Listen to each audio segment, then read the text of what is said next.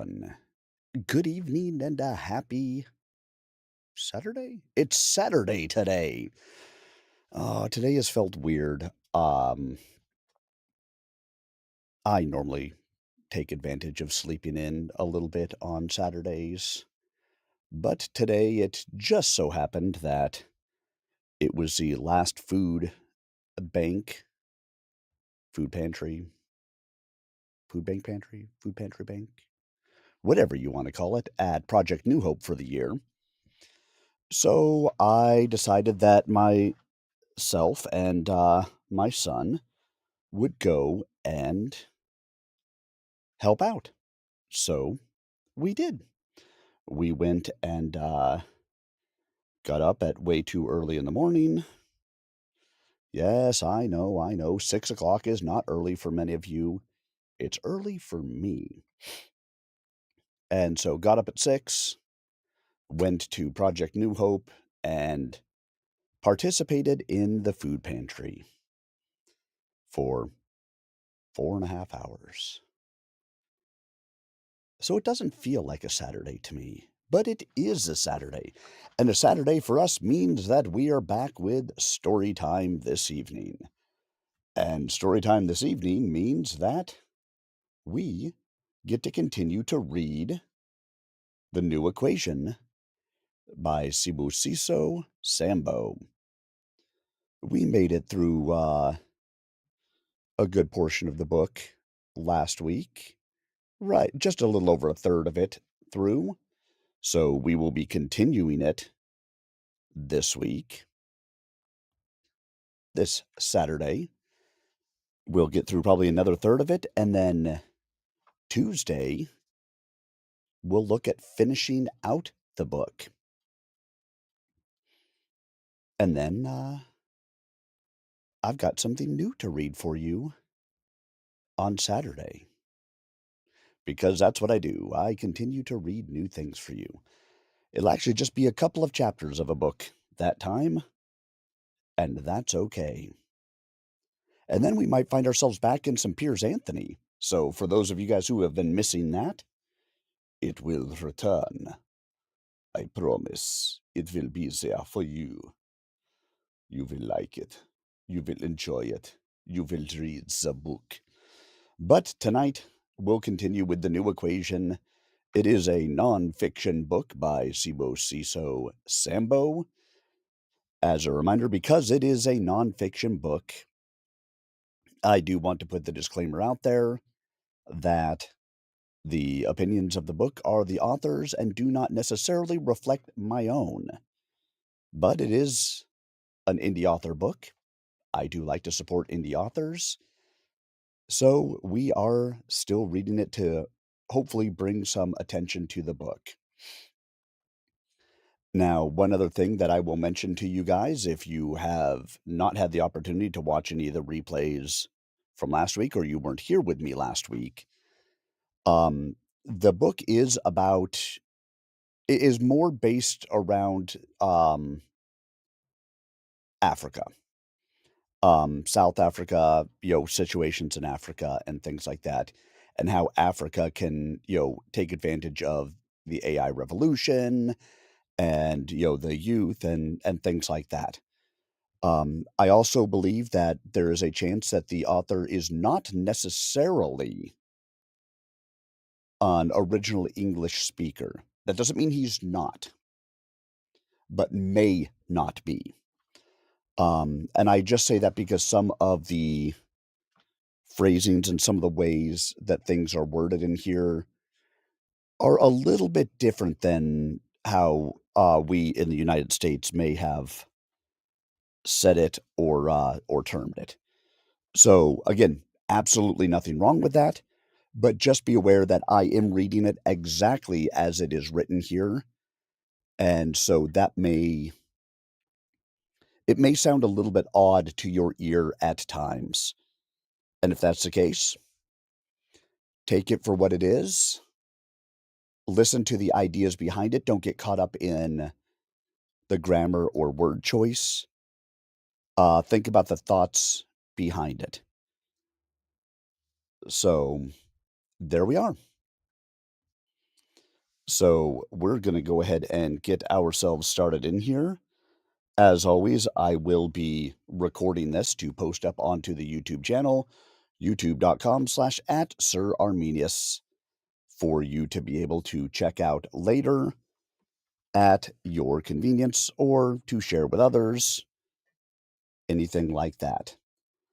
So while I am doing the reading, I won't be responding to questions or comments in the chat, but you are welcome to have questions or comments or discussion or anything else in the chat while I am reading, and I will be happy to dive in and read through them when I finish with each chapter. But in the meantime, grab yourself a blanket, a hot cup of cocoa, or your drink of choice. Sit back, relax, and prepare to think as we dive back into The New Equation by Sibusiso Sambo. Starting with Chapter 12, Understanding and Mastering the Technological Equation. Technology is neither good nor evil. It is the choice of the user that shapes the future. Topic 1. The Machine Revolution. What it means for Africa.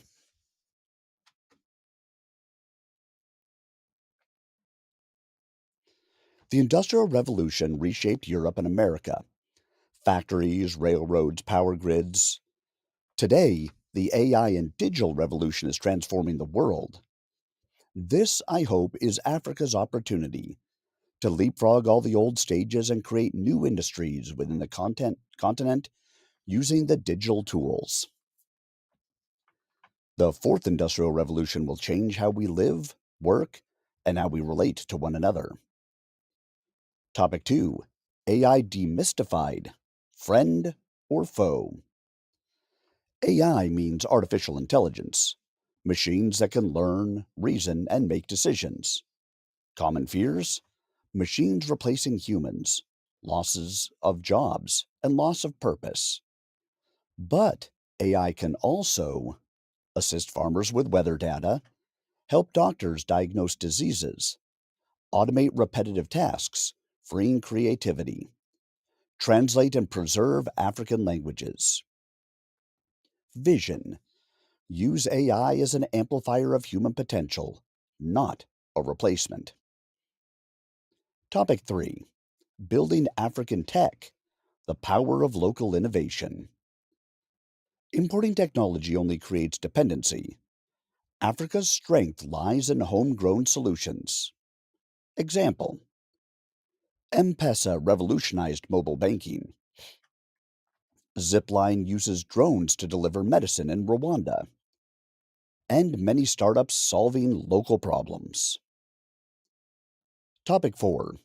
Technology and tradition. Can they coexist? Fear that technology will erase culture.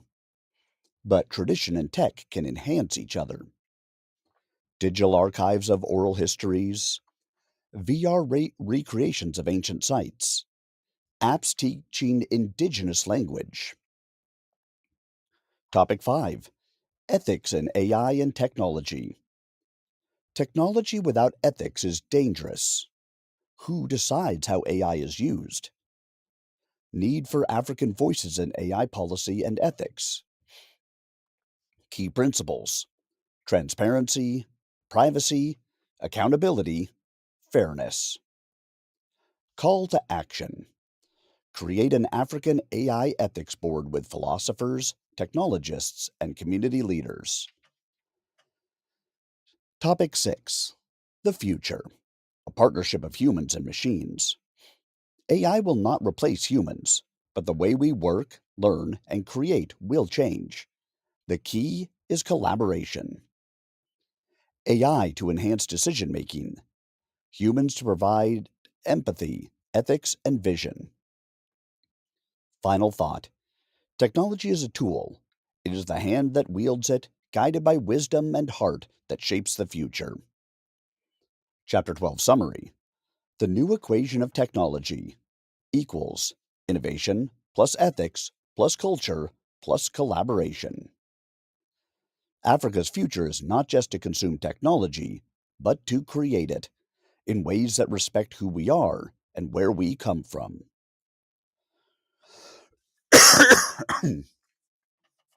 All right, chapter 12 down. Chapter 13 starting next. Chapter 13 The True Economic Equation. Wealth is what we build together and what we leave behind. Topic 1 Redefining Wealth for the 21st Century. The 21st century economy must no longer be judged by GDP alone. True wealth is the well being of the people and planet, not just money in circulation.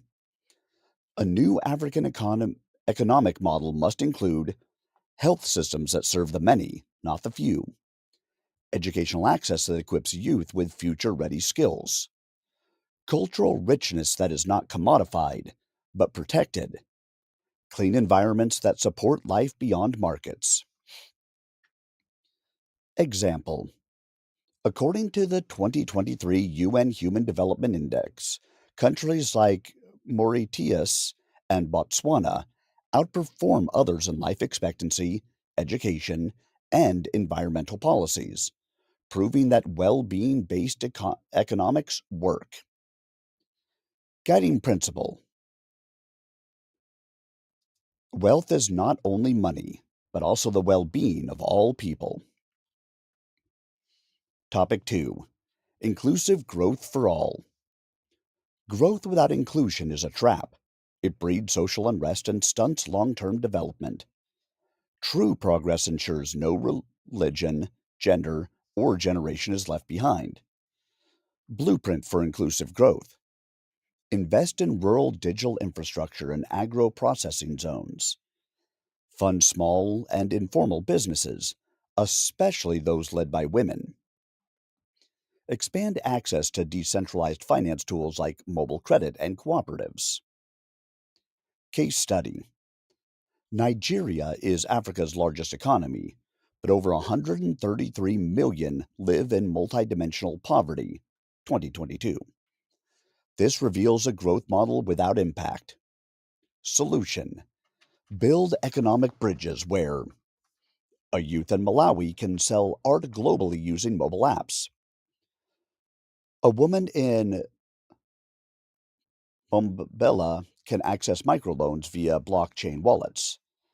A teenager in Burkina Faso can learn AI on solar powered devices. Topic 3 Next Gen Finance and Community Wealth. Africa's future lies in financial models that are local, transparent, and resilient. Innovation models to scale. Mobile banking. Example M-Pesa. Community investment funds. Blockchain for village savings groups. Pan African peer to peer lending apps. Stat Snapshot 2023. Over $1 billion is transacted daily through mobile money in sub Saharan Africa. 51 million people use M-Pesa across 7 countries. Action points Support cooperatives in recycling, green energy, farming, and fashion. Create youth investment funds for innovation in tech, arts, and social enterprises. Introduce tax incentives for firms that reinvest profits locally. Topic 4 Sustainable Wealth for People and Planet. African economies are tied to nature and must lead the green economy of the future. Key sectors renewable energy, solar, wind, biogas, climate smart agriculture, ecotourism and restoration projects, economic cost of neglect. UNEP estimates $68 billion lost yearly due to land degradation, pollution, and deforestation in Africa. Inspiration Rwanda's Gishwati forest restoration proves that eco regeneration creates jobs, biodiversity, and resilience.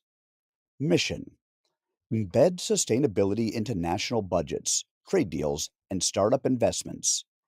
Growth must heal, not harm. Topic 5: Empowering Youth and Women. Africa's largest workforce is under 35. Women form 60% of the informal economy, yet both groups remain underfunded and underutilized. Policy goals: prioritize tech and green skills training in public education. Fund girls in STEM through targeted scholarships and community labs. Support platforms like She Leads Africa, Digital Lioness Hub, and Tony Elumelu Foundation. Stat Insight: closing the gender gap in entrepreneurship can unlock 316 billion in GDP by 2030. McKinsey Global Institute. Key tool: create digital equity funds to channel capital to youth and women-led startups across sectors. Topic 6: Africa's place in the global economy.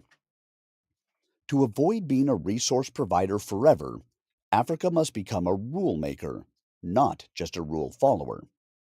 Strategic levers: maximize the CFTA to boost intra African trade by 50% by 2030. Negotiate data and tech trade deals that protect African innovation.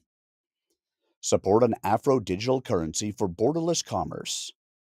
Policy proposals: align fintech systems across nations for seamless trade. Simplify customs and tax rules for startups and freelancers.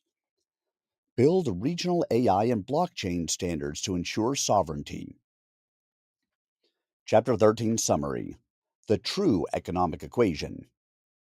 This chapter is not just a critique, it is a call to construct. If Chapter 4 held the mirror to our broken systems, this chapter holds the blueprint to fix them. Wealth must rise not in the hands of a few, but in the dignity of all, urban and rural, old and young, male and female. We propose a new equation for Africa: inclusion plus sustainability plus innovation plus empowerment equals prosperity for all. From mobile banking to cooperative farms, from blockchain to Afro currency, the tools are here. What remains is the will to use them for good, not greed. This chapter provides practical solutions for African policymakers, entrepreneurs, and youth to build systems that work for people and the planet, rooted in Ubuntu and scaled by technology, and led by a generation that refuses to leave anyone behind.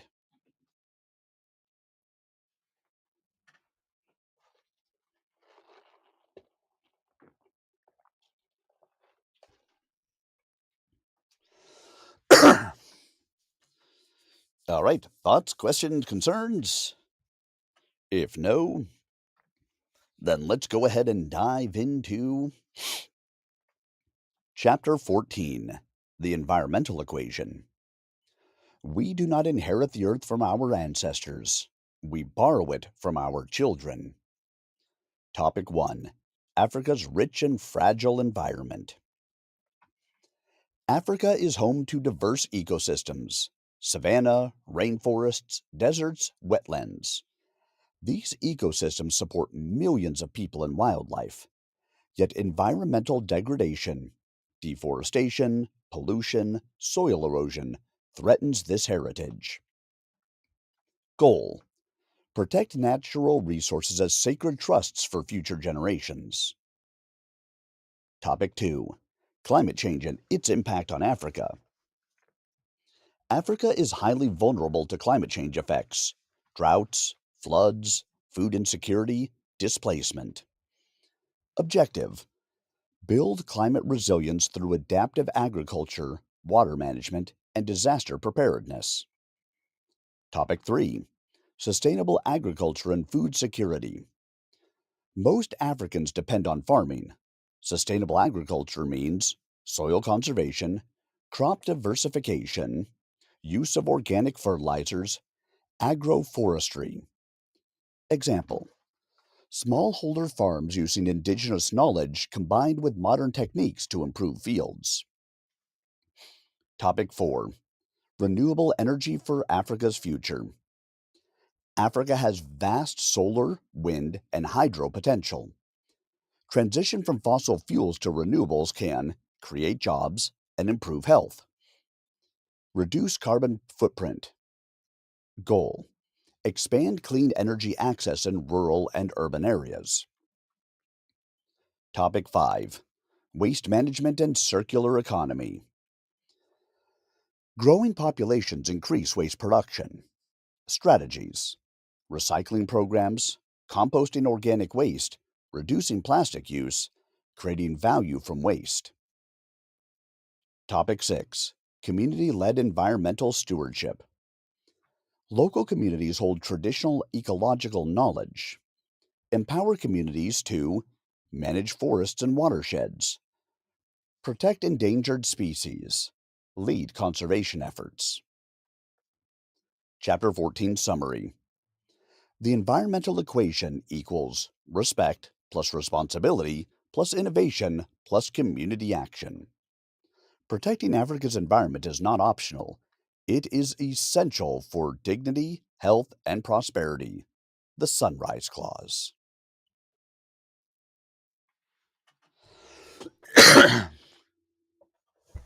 Excuse me. Ah, sorry, in between chapter.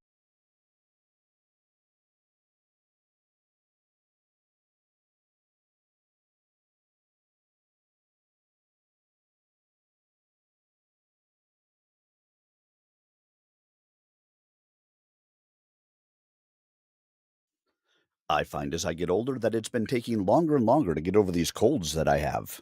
I don't like it. Make it stop.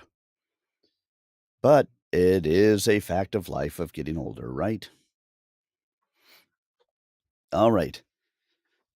A little bit of a new section here, it looks like. So here we go.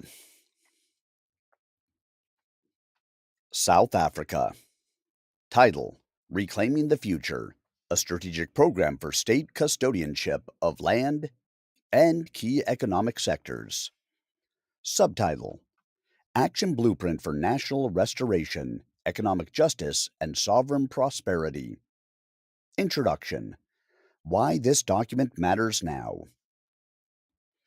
At this moment in history, Africa stands at the crossroads between continued economic subjugation and the opportunity to reclaim its future. Despite political independence, many African nations remain shackled by deep rooted economic dependencies. Land, minerals, energy, and strategic infrastructure continue to be concentrated in the hands of a few, often foreign entities or elite local interests. This is not freedom. It is a continuation of colonialism in modern clothes. This document offers a bold yet practical solution: state custodianship of land and all strategic economic sectors. It is not a call for chaos or reckless nationalization. It is a structured, lawful, people centered framework for returning power and prosperity to the rightful owners, the people. Grounded in historical wisdom and adapted for modern governance, this document outlines the principles, policy steps, and actionable roadmaps to achieve sustainable, inclusive economic transformation. Part 2. The Context and Historical Justification. Chapter 1. A Brief History of Land Dispossession in Africa. The story of land in Africa is a story of identity, survival, and sovereignty. Before colonialism, African communities governed land through systems based on collective ownership, stewardship, and ancestral responsibility. Land was not a commodity, it was sacred. Colonialism changed everything. Beginning with the Berlin Conference of 1884, European powers carved up Africa, creating artificial borders, seizing land, minerals, and control of native economies. Through brute force and legal trickery, land was taken, and Africans were turned into tenants on their own soil. The Land Acts in southern Africa, British imperial ordinances in West Africa, and settler colonial systems in East Africa all ensured that the indigenous majority was stripped of land ownership and economic agency. Even after independence, many African nations inherited these unjust systems. Former colonialists were compensated, but the indigenous were not. Land reform was delayed, mismanaged, or blocked by elite interests. To this day, millions of hectares remain underutilized, privately held, or foreign owned, while the masses live in poverty.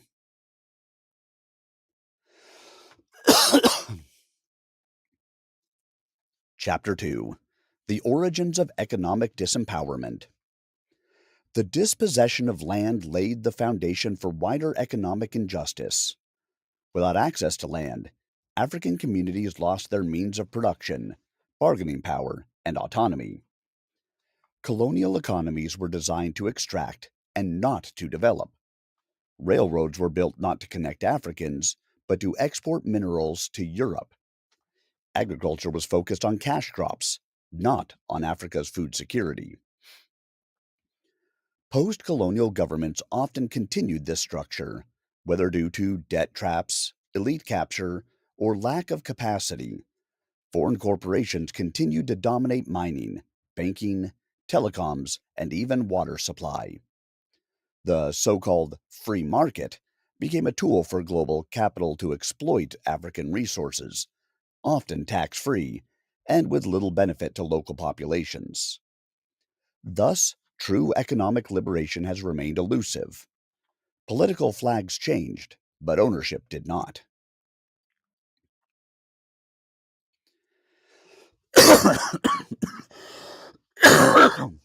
Excuse me. Chapter 3: The Role of Colonial and Corporate Capture.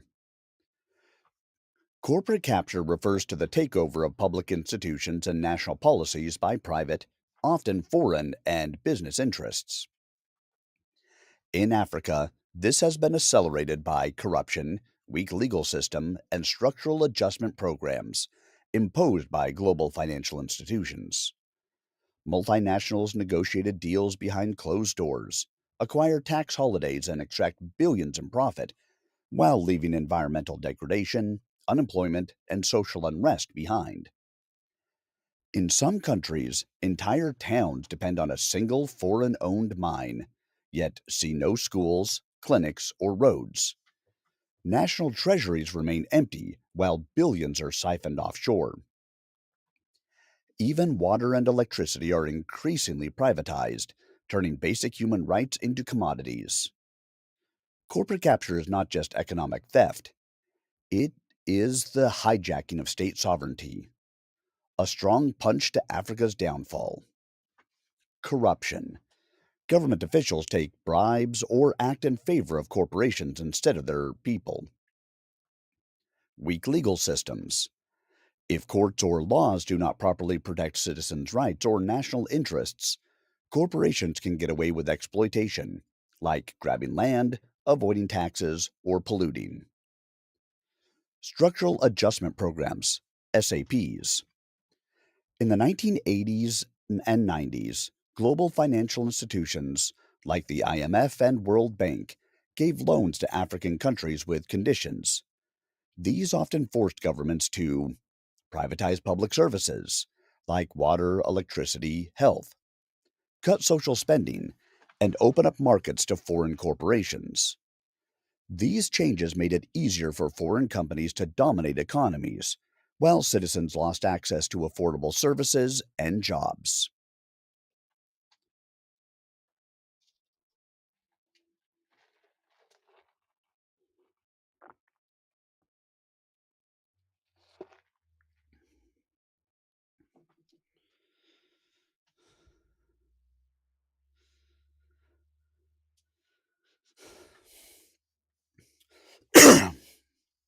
Excuse me.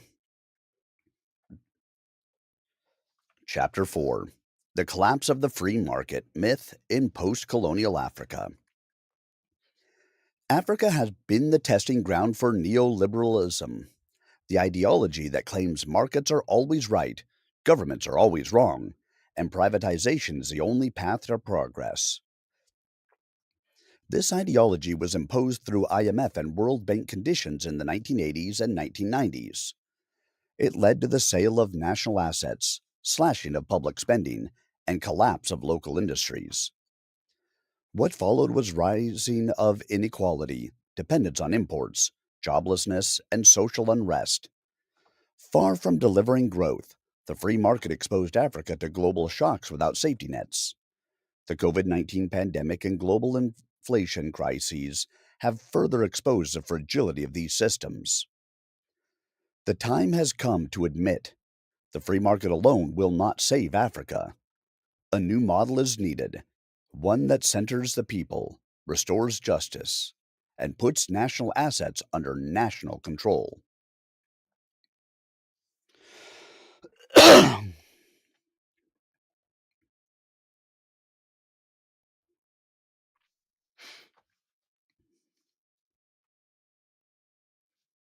Part 3: The Philosophy of State Custodianship. Chapter 5: What is state custodianship versus nationalism or communism? State custodianship refers to a governance model where the state holds land and key economic resources in trust on behalf of the people, not as owner, but as a steward. Unlike nationalization, which typically transfers ownership from private entities to government control, often permanently and without accountability, state custodianship keeps the door open for flexible, participatory, and equitable use of resources. It also differs from communism. Under communism, all property is owned collectively, often with centralized control by the state. State custodianship, on the other hand, recognizes local autonomy, traditional governance systems, and plural economic models, including cooperatives, public private partnerships, and social enterprises. The key principles are trusteeship. The state does not own land and strategic assets, it holds them in trust for current and future generations. Accountability.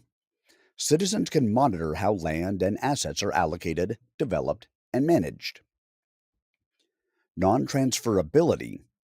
Strategic assets under custodianship cannot be sold off to foreign interests or private monopolies. Benefit sharing. Profits from the use of national resources must benefit all, not just a few. State custodianship reclaims the moral and legal basis of sovereignty. It ensures that the wealth of a nation circulates within its economy and uplifts its people.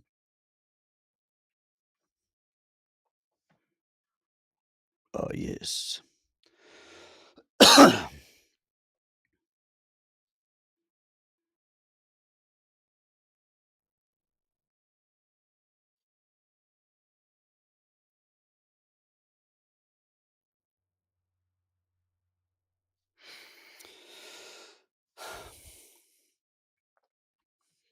Chapter 6: Ubuntu Economics, the African Soul of Shared Prosperity.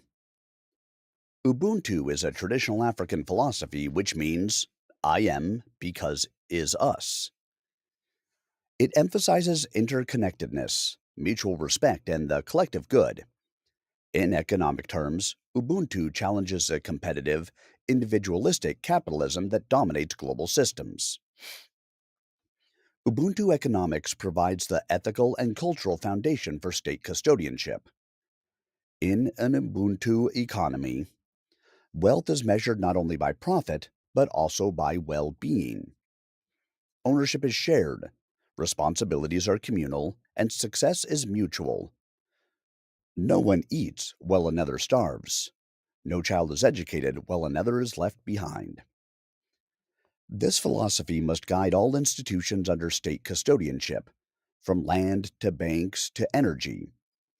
The custodianship model must integrate traditional councils, cooperatives, and local governance structures to ensure decisions are rooted in the people's needs and values.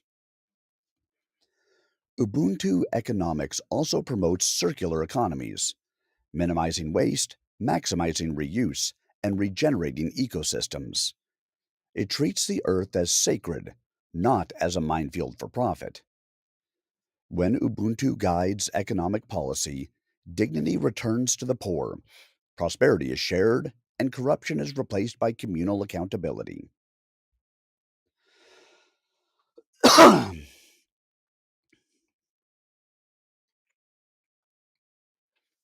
Chapter 7: Strategic Sectors Under Custodianship, a Blueprint for Implementation. To reclaim the wealth and sovereignty of African nations, the following sectors must be placed under lawful state custodianship, guided by constitutional reforms, legislative clarity, and citizen participation. These are not just economic sectors, they are the arteries of national survival and progress. Without control over them, no true development is possible. 1. Land, the mother of all resources. Why it matters. Land is the foundation of all production, agriculture, housing, mining, and also for spiritual identity. Without equitable access to land, poverty will continue to persist until Jesus come. Custodianship Framework. 1. All land, rural and urban, shall be placed under state custodianship with user rights allocated to individuals, communities, and/or institutions based on social and productive value, not speculative profit. 2. Indigenous and traditional land governance systems must be formally recognized and integrated. 3. A land use tribunal will oversee transparent allocation and dispute resolution, ensuring accountability and preventing elite capture. Immediate action points. Audit and expropriate idle lands, underutilized or illegally held land without compensation. Prioritize land access for youth, women, and landless communities engaged in food production and cooperative ventures. Create a national land registry accessible to all citizens. 2. Mineral resources and energy. Why it matters. Africa is rich in minerals: gold, platinum, oil, cobalt. Yet the continent sees little of the value extracted. Energy access remains unequal and overpriced. Custodianship Framework. All mineral rights must revert to the state as the sole custodian, eliminating private and foreign ownership of underground wealth. Licensing and partnerships for extraction will be performance-based, time-bound, and linked to local value chains. Renewable energy infrastructure, solar, hydro, wind, shall be prioritized and developed under public ownership, ensuring equitable access and environmental responsibility. Immediate action points. Cancel exploitative mining licenses and renegotiate based on custodianship principles. Establish a sovereign mineral fund where all royalties and profits are reinvested into national development. Build local refining and manufacturing capacity to stop raw mineral export dependency. 3. Water and sanitation. Why it matters. Water is life. Privatization of water has led to scarcity, high costs, and exclusion of the poor. Custodianship Framework. All natural water sources, dams, and treatment infrastructure shall be declared under permanent state custodianship. Water provision must be nonprofit, with tiered pricing to ensure universal access while preventing waste. Community water councils will oversee equitable distribution and conservation at local levels. Immediate action points. Reverse water privatization contracts and remove foreign control over municipal services. Invest in rural and township water infrastructure using local labor. Launch a national water conservation and climate resilience campaign. 4. Food and agriculture. Why it matters. Food sovereignty is national security. Import dependence and land grabbing have made Africa vulnerable to hunger. Custodianship framework. 1. Large scale farms shall be transitioned to cooperative and community ownership under custodial oversight. 2. State sponsored agroecology, sustainable farming, programs will promote seed sovereignty, soil health, and local markets. 3. National food reserves and price stabilization mechanisms will ensure affordability and access. Immediate action points. Ban foreign ownership of agricultural land and reverse land deals that compromise food sovereignty. Provide youth with land, training, and startup inputs to build a new generation of agro entrepreneurs. Integrate traditional farming knowledge with modern techniques under community led extension services. 5. Banking and financial systems. Why it matters. Economic transformation is impossible without control over credit, savings, and investment flows. Custodianship framework. A state owned People's Bank shall become the primary custodian of national savings, offering low interest loans to productive sectors. 2. Commercial banks must reinvest a mandatory percentage of profits into community owned development funds. 3. Mobile money and financial tech platforms must be locally regulated to prevent digital colonialism. Immediate action points. Create a government issued digital currency that is supported by the country's real physical wealth. The government creates a digital form of money, like a digital rand, that is backed by actual physical assets that country owns, such as gold, land, minerals, or state-owned companies, to give the currency real, stable value. Key concepts explained. 1. Government issued digital currency, a digital version of national money created and controlled by the central bank or government. Example, digital rand. 2. Supported by real physical wealth. This means the digital currency is not just based on belief or government decree, but linked to the country's actual resources, such as gold reserves, mineral, for example, platinum, coal, land and agriculture, state owned assets like ESCOM or Transnet. This makes each unit of the currency backed by something tangible.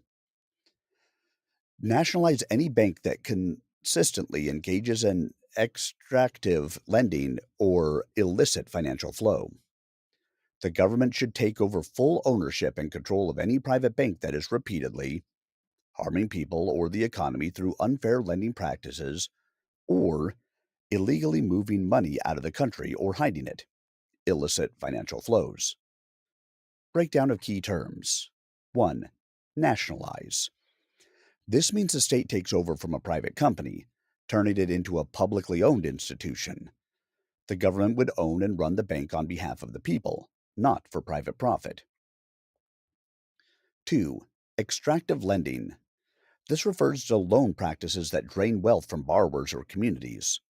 Examples: high interest rates that trap people in debt, giving loans with unfair terms to poor communities or small businesses, prioritizing profit over development and long term financial health. 3. Illicit financial flows, IFFs. These are illegal or unethical money movements across borders, including tax evasion, money laundering, smuggling profits to offshore accounts, transfer pricing abuse, when multinational companies move money between branches to avoid taxes. What this policy suggests: if a bank routinely acts in ways that exploit the poor, destabilizes the economy, or moves money illegally out of South Africa, then the state should step in and take control. The bank would no longer operate for private gain, but for public good. Why do this? Protect national wealth and stop capital flight. Hold financial institutions accountable. Promote ethical and inclusive banking. Ensure banks support development, not exploitation. Example in practice.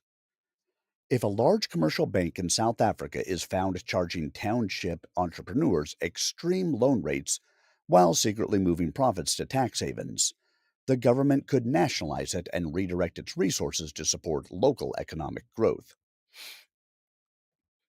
Establish regional credit union and cooperatives in every province and township. The state should set up locally owned financial institutions in each province and each township that are run by and for the people in those communities. Key terms explained. Credit unions. These are member owned financial cooperatives where people pool their money to offer loans, savings accounts, and other financial services. Members are both customers and owners. Cooperative banks. Similar to credit unions, these are financial institutions owned by their members, usually focusing on helping local communities rather than making big profits. Regional, serving a specific province or area. Township. In South Africa, this usually refers to urban residential areas that were historically underdeveloped during apartheid. Purpose: give people in local communities access to fair, affordable financial services. Help fight economic exclusion by empowering residents to save, borrow, and invest locally. Keep money circulating within the community rather than sending it to big commercial banks. Example: instead of residents of Tembisa relying on big banks that charge high fees, a local credit union could offer cheaper loans, savings, and even support for small businesses, all controlled by the community itself. 6. Infrastructure and transport. Why it matters. Roads, railways, ports, and telecoms are the lifelines of the economy. Foreign control in this sector, real, undermines Africa's development. Custodianship framework. 1. All strategic infrastructure shall be state owned, but operated through community public partnerships to ensure efficiency and access. 2. Transport systems must prioritize affordability, ecological sustainability, and rural connectivity. 3. Immediate action points. Review and reclaim privatized infrastructure contracts that violate national interests. Mobilize local industries to produce construction materials, reducing import dependence. Integrate traditional trade routes and town planning systems into a modern, inclusive mobility strategy. 7. Technology and data sovereignty. Why it matters. In the 21st century, data is the new oil. Whoever controls the flow of information controls the future. Custodianship framework. All national data systems, identity, health, education, and finance, must be hosted on sovereign platforms. State funded open source AI, robotics, and digital literacy programs will ensure technological self determination. Strategic partnerships with BRICS and other global South innovators will reduce dependency on Western tech monopolies. Immediate action points. Build national data centers and digital firewalls to protect citizen information. Launch the Ubuntu Tech Core, a public service program training youth in AI, coding, cybersecurity, and hardware innovation. Enforce data localization laws and tax foreign digital service providers. Conclusion of Chapter 7. Strategic state custodianship is not about returning to the past, it is about reclaiming the future. Each sector must be reorganized not just for efficiency, but also for justice, dignity, and sustainability. Custodianship creates a moral economy, one where resources serve life, not profit, where the state is a steward, not a master, and where every citizen becomes a co owner of their nation's destiny.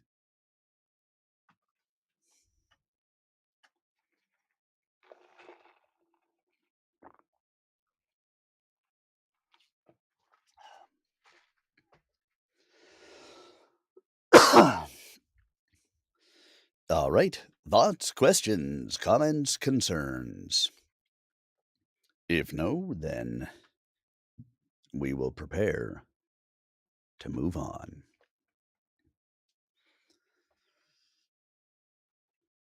Chapter 8: The Age of Artificial Power. In the past, power came from land, and then came from factories and information. Now, in the age fourth industrial revolution, power comes from something new and very strange: artificial intelligence, AI. AI is not magic. AI is not a monster or father. It is a tool, one built by humans, yet powerful enough to change everything humans do. In this chapter, we explore how AI has become the new source of power and how it fits into the new equation world. 1. What is artificial intelligence? Imagine a mind that does not sleep, a mind that does not forget, a mind that can read millions of books in a second and learn faster than any teacher, student, or leader in the world. That is artificial intelligence. AI is like a seed we planted, and now it is growing into a forest we never imagined. 2. AI and the old powers. The kings of the past owned land. The billionaires of the 1900s owned factories and oil.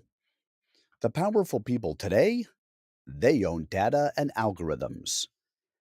AI gives those who control it the power to predict what you will buy tomorrow, control traffic in cities, create fake voices, images, and videos, replace workers with machines, even influence our thoughts through social media. Power is no longer in weapons or gold, it is in coding algorithm. 3. Africa and the AI divide. Here is the danger. If Africa does not become producers of AI, Africa will remain consumers. If Africa do not build, Africa will be built over. We must teach our youth not just to use phones, but also to understand how AI works. We must not fear robots, but learn how to build them. That is how Africa rises. 4. The human plus AI partnership. The new equation is not about humans versus machines. It is about humans with machines. When used wisely, AI can help cure diseases faster, teach every child, even in villages, protect our environment, create smart farms to grow more food. But when used without wisdom, AI can kill without human decision, track people's lives without their permission, replace honest jobs with silence and hunger. This is the test of our time. Will we be servants of AI, or will we become masters with it? 5. The African response. Africa must not copy the West blindly. We must ask, what kind of intelligence do we want? We must combine Ubuntu, our African wisdom, with AI. Machines must not just be smart, they must also understand justice, equality, and spirit. Let us imagine an AI that does not just optimize profit, but uplifts the poor. Let us train machines that do not serve only the powerful, but listen to the voices of the voiceless. 6. The power to choose. We are the first generation to speak with machines, and the last to decide how they should be developed. We can shape a future where AI builds bridges instead of borders, schools instead of prisons, peace instead of control. But it begins with a question all we should answer. Will we use this power to dominate or to uplift? That is the question at the heart of the new equation.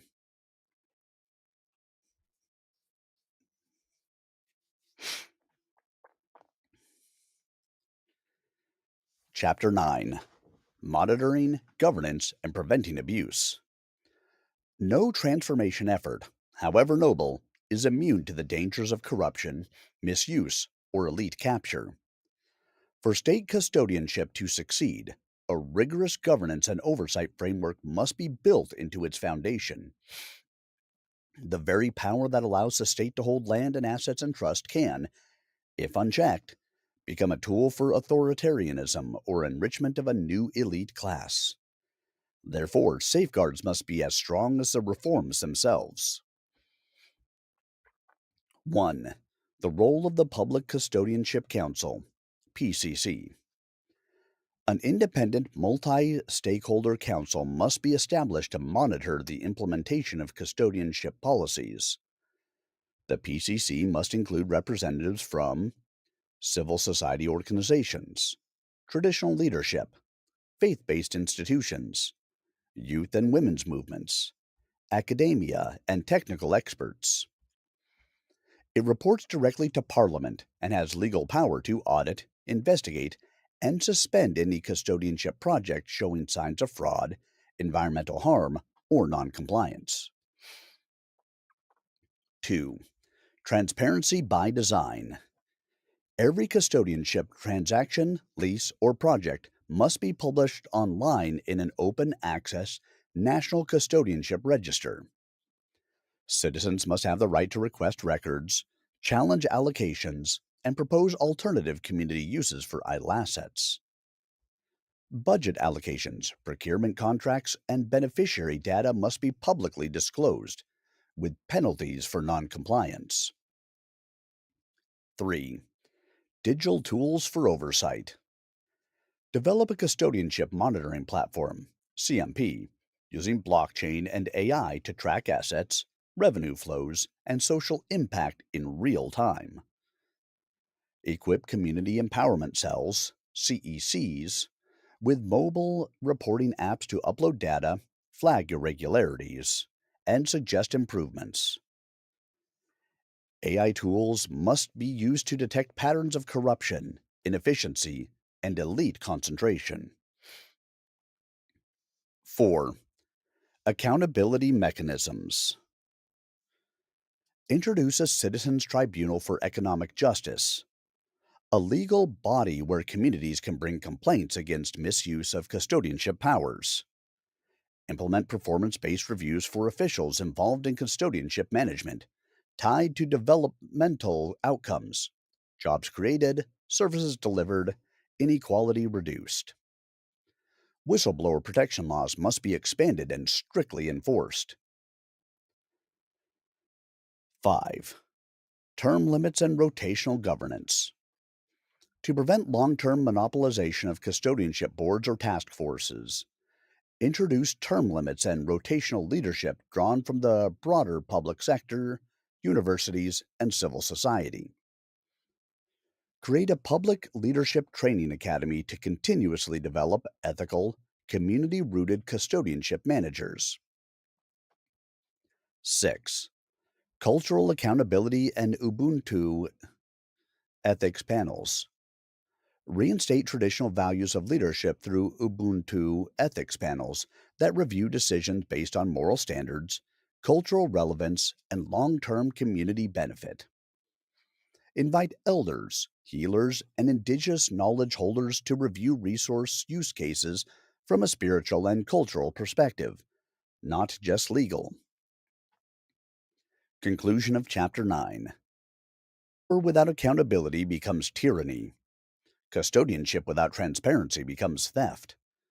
The true test of this revolution lies not in bold declarations, but in honest governance. If we protect the people from new forms of exploitation and build institutions rooted in trust, Africa will not only reclaim its resources, it will reclaim its soul.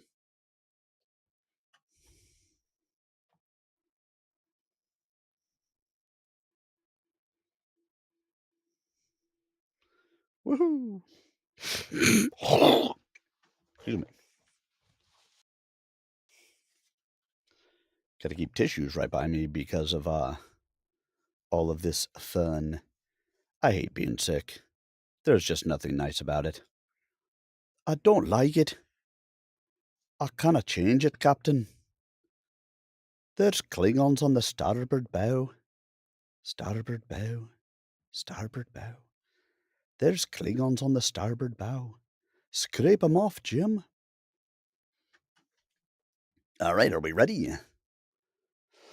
Here we go. Chapter 10: Economic Models for Implementation. State-owned enterprises, cooperatives, and hybrid PPPs. While state custodianship secures the ownership of land and strategic resources, ownership without productivity is not liberation. The next step is to activate these assets through inclusive, accountable, and community-rooted economic models. This chapter presents the three key institutional vehicles that will drive development under custodianship: state-owned enterprises, SOEs, cooperatives, and hybrid public-private partnerships, PPPs. 1. State-owned enterprises, SOEs, for strategic control.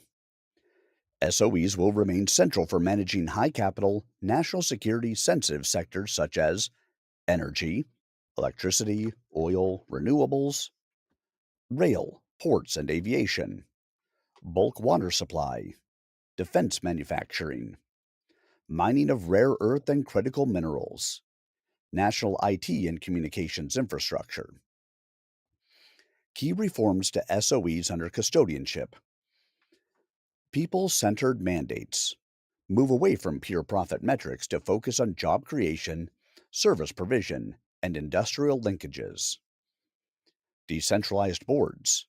Include civil society, worker unions, and local government representatives. Anti-corruption AI tools. Use technology to monitor procurement, budgeting, and delivery efficiency. Performance bonuses tied to national goals. Managers should be rewarded for achieving employment targets, not just balance sheets. 2. Cooperatives as the backbone of local economies. Cooperatives represent the true spirit of Ubuntu economics. These are community-owned enterprises that empower farmers, workers, artisans, and youth to collectively produce, process, and sell goods and services. Priority sectors for cooperative development: agro-processing and food sovereignty, waste recycling and circular economy, housing development and eco-brick construction, clothing, leather, and textile production, renewable energy installation, solar, biogas, ICT and digital service delivery hubs.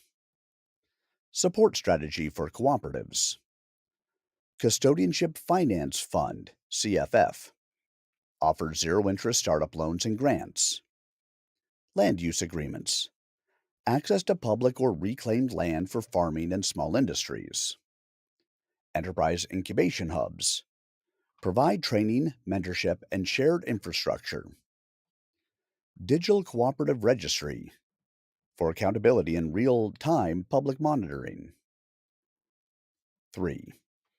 Hybrid public-private partnerships, PPPs, with national equity conditions. In sectors requiring foreign capital or technical expertise, hybrid PPPs will be allowed, but only under strict custodianship rules, such as minimum 51% public ownership. All strategic assets must maintain majority control by the state or a public cooperative. Time-limited contracts, max 15 years. No more century-long exploitation deals. Technology transfer requirements: partners must train local engineers, managers, and workers. Revenue sharing models: a fair percentage of profits must be reinvested locally in clinics, schools, roads. Right to exit: government may buy out foreign equity if conditions are breached. 4. Innovative financing models for custodianship enterprises. Sovereign Wealth for the People Fund, capitalized through mining royalties, natural resource taxes, and SOE dividends. Community bonds: citizens can invest small savings in local infrastructure and receive returns. Diaspora sovereignty bonds target the African diaspora to co invest in infrastructure and local innovation. Barter trade with allies. Trade minerals for infrastructure, roads, hospitals, instead of cash extraction. 5. Institutional architecture to oversee economic models. A new National Economic Custodianship Council, NECC, must be created to approve and license SOEs, co ops, and PPPs, ensure compliance with custodianship values, coordinate skills development, infrastructure support, and anti monopoly policies. Conclusion of Chapter 10. Ownership is only the beginning. To truly liberate Africa's economy, we must organize our productive forces through models that prioritize people over profit, sustainability over speed, and sovereignty over short term deals. Whether run by a community co op, a reformed SOE, or a fair PPP, every enterprise must answer to one question: does this serve the people and protect the future?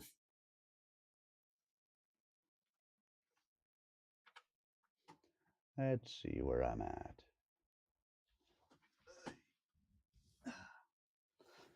55% of the way through, so we got a bit left to go tonight. Sorry, teleprompter screen, so some of the things get a little on there. All right. Next, we dive into Chapter 11: Legal Reforms, Constitutional Amendments, and Land Act Redesign. Without deep legal transformation, the dream of state custodianship will collapse under the weight of outdated laws, colonial era land titles, and a constitution that protects private property above collective survival. To anchor this economic revolution in law, a new legal architecture must be designed with the people as its primary beneficiaries, not corporations or elites. 1. The need for constitutional alignment. South Africa's current constitution, and those of many African nations, guarantees the right to private property, a clause historically used to block land redistribution and resource nationalization. Key proposed amendments. Section on property rights. Redefine property to allow expropriation without compensation for land held unproductively or gained through colonial apartheid dispossession. New clause on public custodianship. Enshrine that all land, minerals, and strategic economic sectors belong to the people and are held in trust by the democratic state for public benefit. Right to land and economic participation. Guarantee every citizen the right to access productive land and be part of the national economy. 2. The Emergency National Custodianship Act, ENCA. A new Emergency National Custodianship Act must be drafted and enacted to transfer all unused, idle, abandoned, and underutilized land to state custodianship, nationalize strategic sectors, mining, water, rail, energy, under democratic control, create a legal framework for public leasing, cooperative land access, and equitable use rights, criminalize speculative landholding, illegal occupation by corporations, and hoarding of natural assets. Recognize traditional land governance systems and merge them with modern oversight mechanisms. 3. Redesigning the Land Act. The current land acts are complex, outdated, and often inaccessible to ordinary citizens. A new People's Land Act must be developed to replace title deeds with use rights certificates issued under public custodianship, recognize historical claims by communities dispossessed by apartheid and colonialism, simplify land categories: residential, communal, agricultural, ecological, and strategic. Establish community land boards to locally manage access, use, and conflict resolution. 4. Rewriting mining and energy laws. Repeal outdated laws that allow private or foreign ownership of subsoil minerals. Enforce local beneficiation laws. Raw materials must be processed locally before export. Introduce green resource laws mandating sustainable extraction, environmental rehabilitation, and community reinvestment. 5. Legal protection for women, youth, and the landless. Amend all gender biased inheritance laws. Enforce the equal right of women and youth to access land and custodianship programs. Protect informal settlement dwellers and farm workers from eviction during the transition. Guarantee secure tenure and services for all land recipients. 6. Custodianship legal infrastructure to enforce these laws. Establish People's Land Courts for rapid dispute resolution and community land justice. National Land and Resource Audit Office, NLRAO, maintains records of land ownership, usage, and violations. Legal aid for land and resource justice. Provide free legal services to communities defending their rights under custodianship law. 7. International law considerations. Withdraw from trade agreements, like BITs, that block land reform or nationalization. Renegotiate bilateral agreements on terms that support sovereignty and custodianship. Promote a pan African legal framework for resource sovereignty, working with the AU and progressive legal scholars. 8. Public Legal Education Campaign. Create simple, multilingual materials to teach communities about their new rights. Train paralegals and community legal advocates to support land and resource struggles. Use radio, social media, and theater to democratize legal knowledge. Conclusion of Chapter 11. Law is a shield for the people or a weapon for the elite. For custodianship to succeed, our laws must not only be rewritten, they must be decolonialized, democratized, and made accessible to the most vulnerable. Legal transformation is not a side quest. It is the spine of the new equation. Without it, there is no justice. With it, the people will finally reclaim what was always theirs.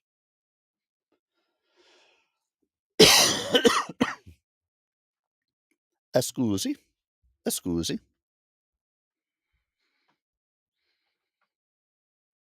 Chapter 12. Education, Culture, and the Spirit of Custodianship. The success of custodianship is not only a matter of laws and economics, it is a matter of mindset and identity. We must re educate the nation, reawaken the soul of Ubuntu, and cultivate a new generation that sees itself not as consumers of what others have built, but as custodians of land, nature, knowledge, and each other. 1. Rebuilding education for sovereignty. Education must move beyond colonial curricula and imported ideologies. A custodianship curriculum must be introduced at all levels of the education system, from early childhood to university. Key curriculum pillars: land and environmental ethics. Children must understand that land is life, not a commodity. Practical agrotech and ecological farming. Schools must integrate gardens, permaculture, and soil science. Community economics and cooperatives. Teach cooperative principles, local production, and circular economies. Civic education for democracy. Teach youth about the Constitution, local governance, and social justice.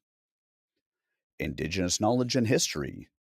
Recenter African stories, technologies, cosmologies, and languages.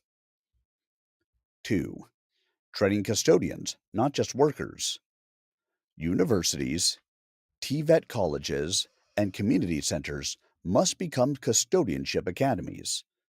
The focus should be on producing producers, not just job seekers. Immediate actions. Create custodianship vocational schools for farming, water management, renewable energy, and local manufacturing. Launch a national custodianship youth corps, youth trained to serve in land restoration, infrastructure, local enterprise, and food systems. Incentivize teaching and rural placement. Offer debt forgiveness and housing for graduates who teach in rural and poor communities. 3. National cultural revival for collective identity. A new cultural campaign must ignite national pride and collective consciousness. The people must believe in the future we are building. Strategies. National artistic projects. Films, music, murals, and theater celebrating land struggles, heroes, and Ubuntu values. Custodianship festivals. Annual local events that blend farming, knowledge sharing, music, and innovation. Community radio stations. Focused on land education, cooperative success stories, and civic engagement. Traditional leaders and healers. Involve them in reviving ethical codes, storytelling, and ceremonies that root people in ancestral responsibility. 4. The Ubuntu digital learning revolution. Modern custodianship must embrace digital tools. Every child and adult must have access to knowledge, regardless of location. Immediate goals: free national digital library, access to books, tutorials, history, and tech education in all South African languages. Offline community tablets. Load custodianship content for rural areas with no internet. AI powered learning companions. Tools to help learners understand land laws, climate change, and entrepreneurship in real time. 5. Protecting language and indigenous knowledge systems. Language is not just a tool, it is a weapon of liberation. Custodianship demands the elevation of indigenous languages as media of science, law, governance, and innovation. Policies. Translate land laws and custodianship principles into isiZulu, Sepedi, Zitsonga, Setswana, isiXhosa, and all other native languages. Establish indigenous knowledge documentation centers in each province. Recognize traditional agricultural methods, herbal medicine, and conflict resolution systems as valid science. 6. The role of the family and the community elders. Education is not limited to classrooms. The family and the elders are the first and last custodians of a people's soul. Programs to launch: Elder Youth Intergenerational Circles, weekly community storytelling and skill exchange, parent education programs. Teach parents how to raise custodians, not consumers. Ubuntu Leadership Awards. Honor elders who serve their communities with integrity and wisdom. Conclusion of Chapter 12. No revolution survives without a culture to sustain it. If we only change policies but not people's hearts, the system will revert. Education must teach us how to live, how to share, and how to preserve. Culture must remind us where we come from and why we must never go back. In this new equation, our minds and spirits must rise with the soil beneath our feet. Dun dun dun. Any thoughts, questions, comments, concerns from anybody? Anything that you would like to add, subtract, change, comment on? Anything else? If yes, cool. If no, cool. Then we will continue on. Let's see where we're at. We're at 60%, so we're probably getting close to done for the evening, but we got a little bit more to go.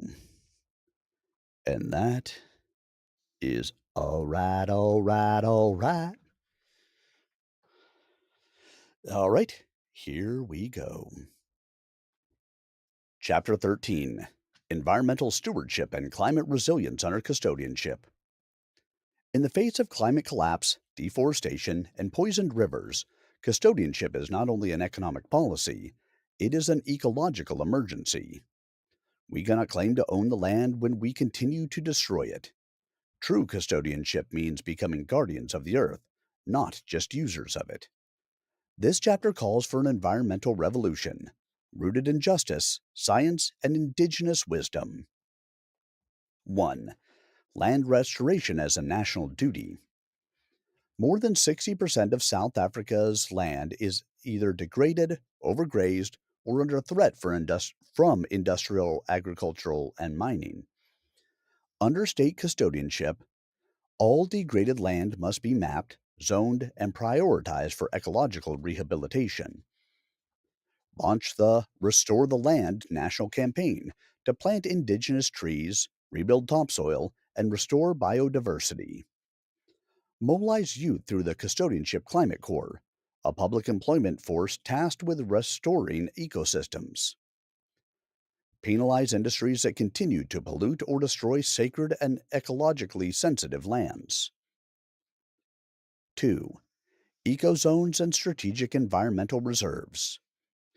Create ecozones under public protection to safeguard water sources, forests, coastlines, and grasslands. Redefine strategic land not just in economic terms, but also in climate and ecological terms. These reserves will serve as a national climate shields and carbon sinks for generations. Establish community co-management boards to oversee these areas with environmental scientists, indigenous healers, and local leaders. 3. Sustainable farming and agroecology. Industrial farming has destroyed soils, polluted rivers, and poisoned food systems. Under custodianship, ban the use of harmful chemical fertilizers and pesticides in state leased lands.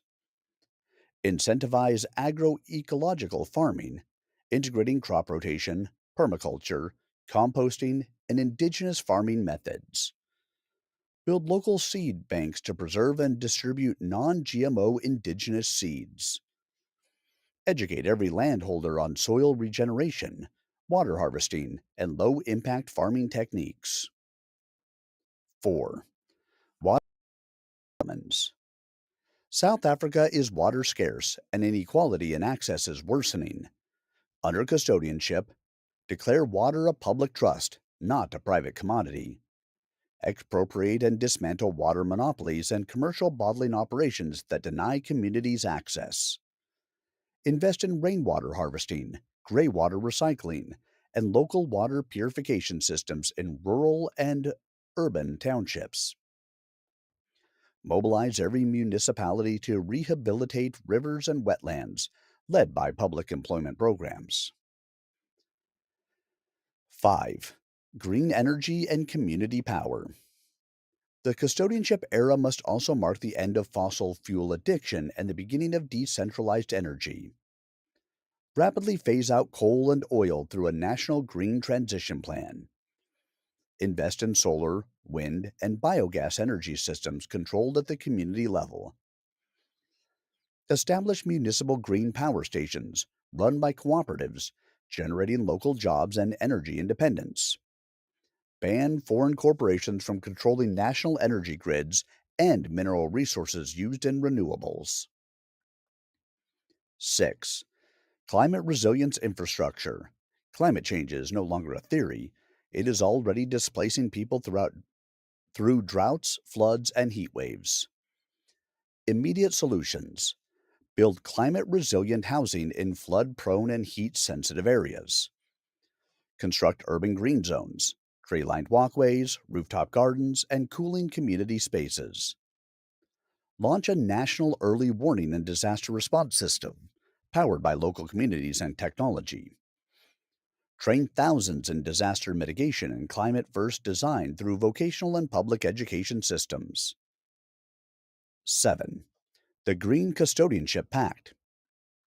Custodianship is not about control, it is about relationship with nature. Every citizen receiving land under custodianship must sign a Green Pact, a personal and legal commitment to care for the earth. Regular environmental responsibility audits should allocations. Incentivize eco champions with awards, tools, and environmental care. Conclusion of Chapter 13. Be conducted on all public land. Additional land for demonstrated. There is no economy on a dead planet, no ownership on a scorched earth, no justice in poisoned air. The new equation demands that we evolve from consumers to conservators, from short term gain to long term survival.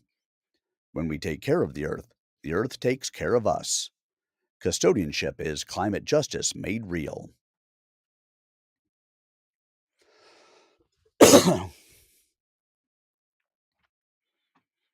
Chapter 14. A People's Economy: Redefining Growth, Ownership, and Value. The crisis of our time is not only political or ecological, it is also economic. An economy built on extraction, speculation, and inequality cannot be reformed. It must be redesigned. Under state custodianship, we must build a people's economy, one that is based on dignity, shared prosperity, ecological limits, and democratic control. This chapter explains how we shift from corporate capitalism to community cantered, production based, and value driven economies. Economics. 1. Redefining growth from GDP to well being. Traditional metrics like GDP measure the speed of money, not the health of a society. Under custodianship, we must adopt new national indicators. Community Wealth Index tracks food security, access to housing, local business ownership, and cooperative employment. Ecological Health Score measures soil regeneration, clean air and water, biodiversity, and climate adaptation. Public Happiness Survey gathers community feedback on trust, safety, fulfillment, and equity. Economic success must no longer be defined by how rich the elite are, but by how well the poorest live. 2. Ownership from private monopoly to public centered enterprises. Public cantered enterprises.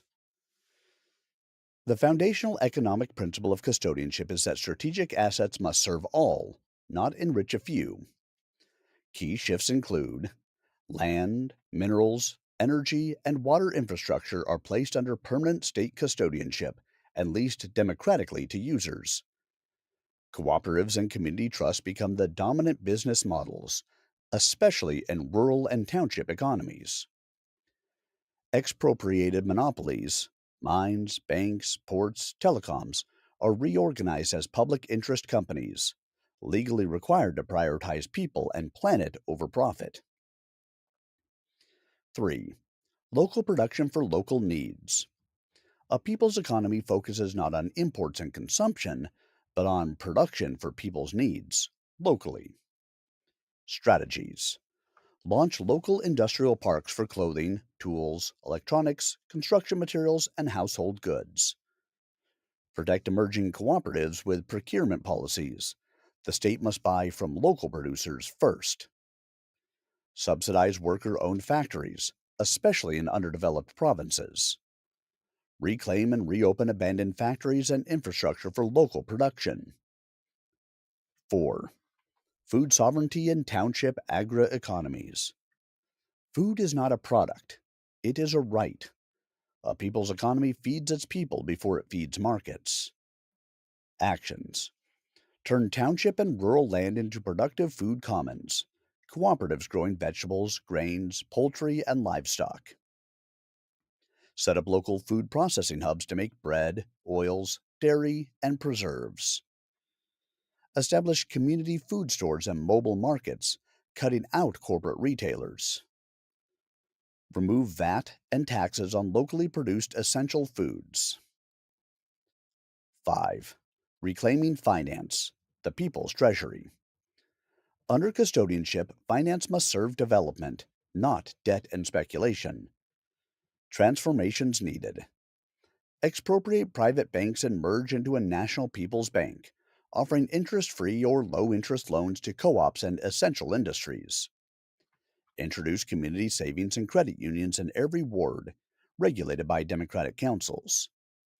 Ban or heavily regulate foreign currency speculation, extractive lending, and exploitative credit schemes. Create a public development fund sourced from strategic resource revenues aimed at infrastructure, youth employment, and climate adaptation. 6. The informal sector as an engine of renewal. Street vendors, artisans, recyclers, backyard manufacturers. They are not informal, but essential. Support measures. Legal recognition and protection of all informal workers. Build marketplaces, warehouses, and storage facilities tailored to the needs of informal traders. Give access to microfinance, digital tools, and skills training.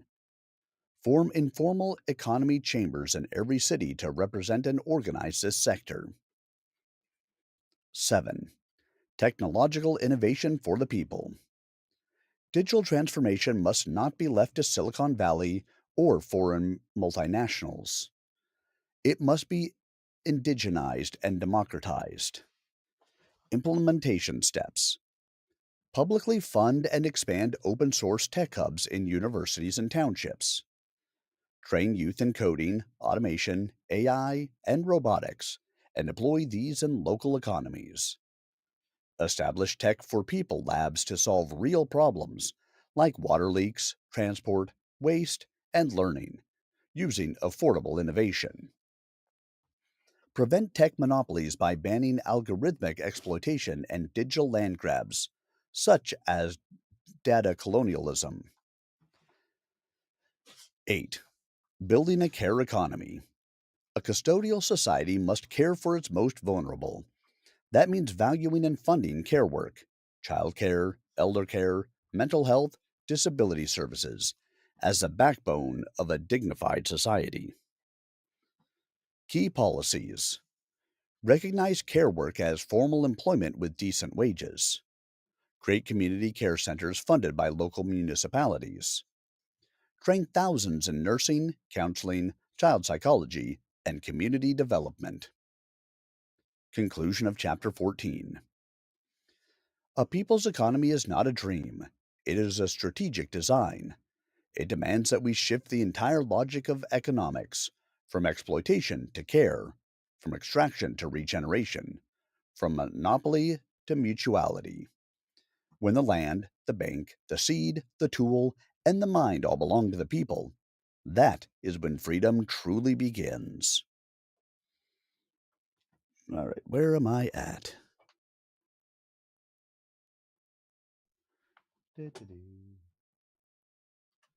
All right, I am at my point of stopping for the evening. We are now 2/3 of the way into the book, which means we will continue it on Tuesday and we'll wrap it up on Tuesday. Thank you all so much for joining me tonight. Again, if you missed any of it, youtube.com/Sir Arminius. I will have it up a little bit later this evening or first thing tomorrow. My time. Don't know where it's at your time. Hope you guys will join me on Tuesday to finish out this book. If you have any questions, you want to take a read through this yourself, you can always pick up the book on Amazon. Thank you all for your time this evening. I hope you guys have a wonderful rest of your weekend, and I will see you guys all again soon. Have a great night, everyone.